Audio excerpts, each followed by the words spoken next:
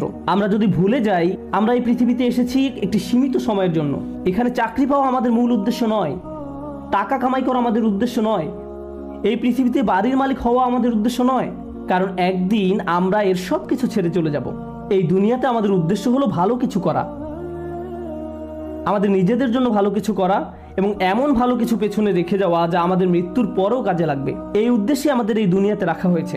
এই ব্যাপারটা যদি আপনার মাথায় থাকে তাহলে আপনার শিক্ষা যদি আপনাকে ভালো কিছু করার দিকে নিয়ে যায়, আপনার বাড়ি যদি আপনাকে ভালো কিছু করতে সাহায্য করে, আপনার গাড়ি আপনাকে ভালো কিছু করার দিকে নিয়ে যায়, তাহলে এগুলোর একটি উদ্দেশ্য আছে।